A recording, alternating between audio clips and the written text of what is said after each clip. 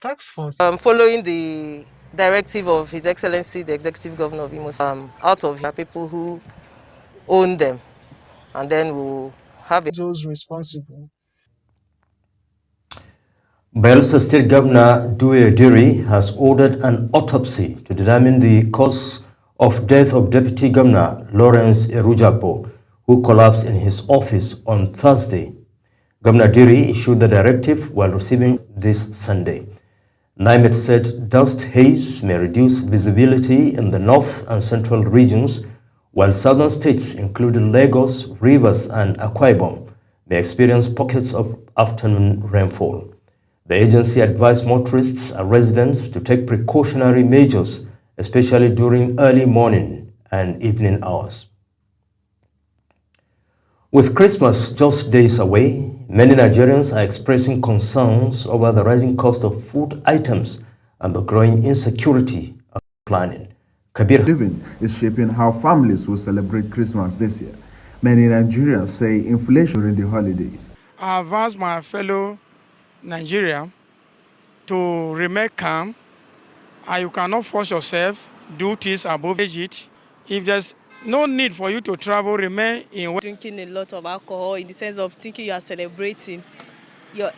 Your consumption for alcohol should reduce. We don't need to force ourselves on something that is higher, but we can manage the one that we have. I have that belief that one day things will change in Nigeria.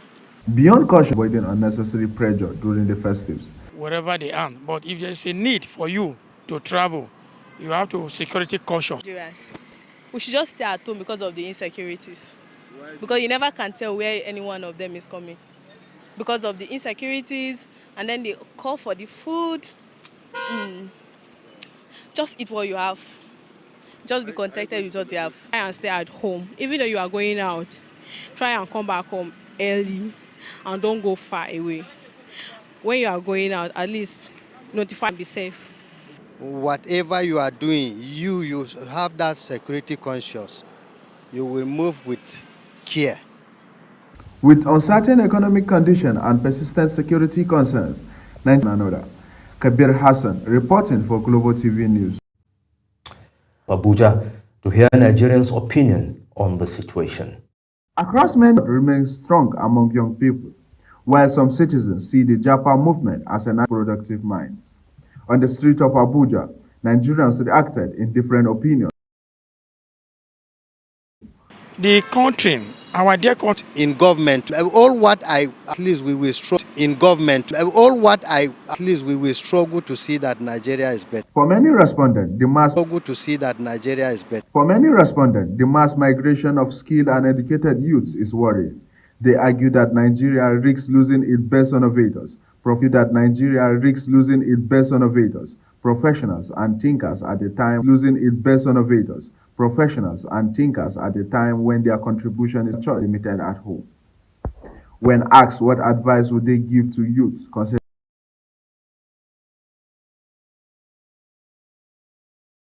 discouraged. I know it's not every youth that have the opportunity to travel out of the country, but those who remain, they should still work harder. God will intervene in our situation. For many Nigerian families and a pressing issue for policy. You are watching the live broadcast of News Cycle when News Cycle returns Summit. Details coming shortly, plus business and sports stories on the other side of this break. Please stay with us. Where President Bola Tinubu has approved an increase in the Code of Conduct Bureau's budget from about 3 billion naira to nearly 20 Carbello said the move is aimed at digitizing asset declaration, strengthening verification, and improving enforcement capacity. The ordinary session of the ECOWAS Authority of Heads of State and Government is set to begin at the State House. Will deliberate on regional security, political tensions, economic integration, and the future of the bloc. The meeting is expected to end with a communique and a joint press conference by regional leaders. Thailand has announced a curfew in its southern province as fighting with Cambodia spreads to coastal areas of a disputed border region, 2 days after the United States president and will-be peacemaker had agreed to stop the fight. The Southeast Asian neighbors have resorted to arms several times this year since a Cambodian soldier was killed in a May skirmish, reigniting a conflict that has displaced hundreds on both sides of the border. However, Thailand says it is open to a diplomatic solution, but Cambodia has to cease hostility first before negotiation. United States President Donald Trump has pledged to pursue serious retaliation against ISIL and ISIS after an ambush of soldiers and one civilian in Bashar al-Assad a year ago. However, an investigation is underway to determine whether the attacker was linked to ISIL, but Trump blamed the armed group that has seized territories across Syria and Iraq in 2014. And we go to the sports scene of nations. Goalkeeper Francis Uzoho was the first player to report he is expected to play a pre-tournament friendly as part of its final build-up.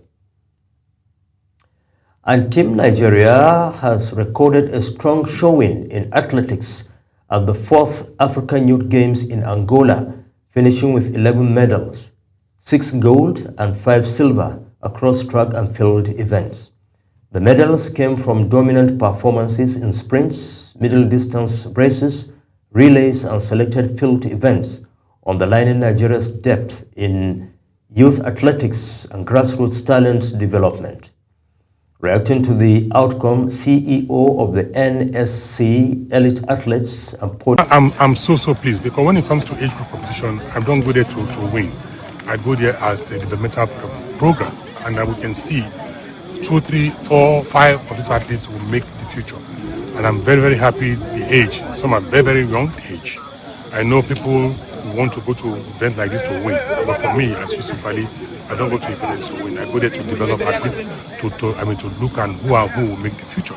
In the next 2, 3 years, these athletes will be in the national team. Some of them will be in the Olympic Games. And I think that's when we start to benefit everything that we are doing now. I think the Sports Commission cleverly are doing the right thing.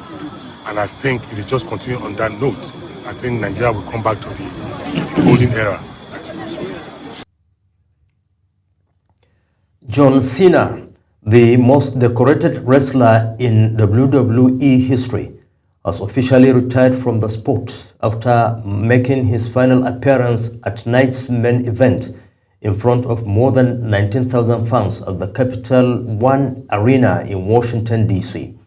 The 17-time world champion brought his year-long retirement tour to a close with a loss to Gunther, tapping out for only the 4th time in his career and the first time in 21 years. Cena was placed in multiple sleepers holds by the ring general and, after repeatedly breaking free, eventually looked into the camera, smiled slightly and submitted. And that's it on News Cycle.